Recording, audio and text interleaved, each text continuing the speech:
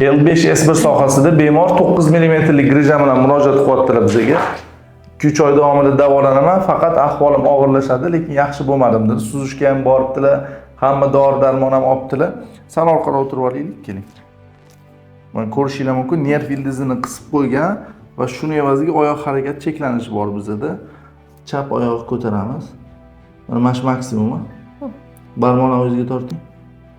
Belgi beryaptimi og'riq? Buni tushiramiz. Mana endi buni ko'taramiz. Barmoqni o'ziga. O'ng oyoq bilan chap oyoq farqini ko'rdinglar. Chap uncha o'zi ko'tarilmayapti. Boksda va oyoq orqa qismidan bir chiziq bo'lib tortib olgan og'riq bor. Orqa tarafdan og'riq bor, uyushib qolgan, harakatlanishda anchagina cheklanish bor. Xudo xolasa biz bularni 10 kun davomida davolaymiz.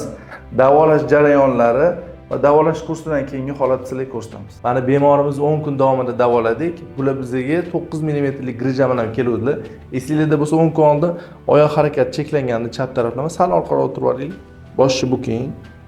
Bukamiz boshi buking. Aha. Endi chap oyog'ini ko'taramiz. Ko'taring. Barmoqlarni o'ziga torting. Tushiramiz. Endi o'ng oyoqni ko'taramiz.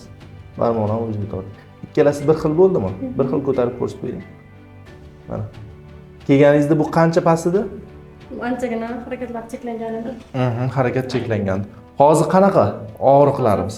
Og'riqlar umuman qolmagan. Birinchi kelgan vaqtimda og'riq bilan kelgan. Umuman qolmaganmi yo nima bo'ldi? Og'riqlar umuman yo'q hozir.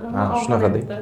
Ahvolimiz buni o'tirish, turishda, yurishda, oldin qanaqa edik, hozir qanaqa? Ba'zi harakatlarim anchagina cheklangan edi. Hozir bemalol yengil harakat qilaman. Og'riqlar? Og'riqlar yo'q umuman. Biz sizga mana shu 10 kun davomida bu gormon, blokada, qanaqa narsalar qildikmi? Yo'q, hech qanaqa tabletka, ukol dori, kaplinta bo'lgani yo'q. Samый главный operatsiyasiz. Operatsiyasiz. Endi bular ayol kishi bo'lgani uchun bularni davolash jarayonlarini ko'rsatib bera olmaymiz. Ya'ni ayol kishilar uchun bizda отдельный ayol kishilar ishlaydi, и o'tga umuman kirgizilmaydi hech kim. Endi aytmoqchi bo'lganim, nima muolajalar qildik bularga? Igla refleksi terapiya qildik. Nervlarni uyg'otadi, immunitetni oshiradi, mushakdagi spazmlarni olinadi. Elektr akupunktura qildik, как раз mana oyoq harakati cheklangan, nerv o'tuvchanligini tiklaydi. Infrakrasniy облучение qildik, eng chuqur mushak bo'g'imdagi shamollashni oladi. Udarno-volnovaya terapiya qildik, mushak bo'g'imlarni to'lqin bilan davolaydi.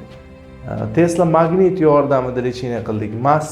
Massaj apparatlar yetib bora olmaydigan chuqur mushak, chuqur nervlar bor. Bu Tesla magnitimiz yordamida biz ularni nervlarni stimulyatsiya qilamiz, mushaklarni tonusini oladi, qon aylanishini yaxshilaydi. Shular yordamida 10 kun lecheniya qildik. Mana 10 kundan keyingi holatni ko'rib turibsiz. Harakatimiz уже tiklandi. Xudo xolasa bularni 3 oydan keyin yana do'y posti MRTsini chiqazamiz. Davolash metodimizdan qoniqdingizmi? Og'riq bilan ancha necha oylardir davolanib, behuda pul sarflab yurganlar uchun tavsiya qilaman.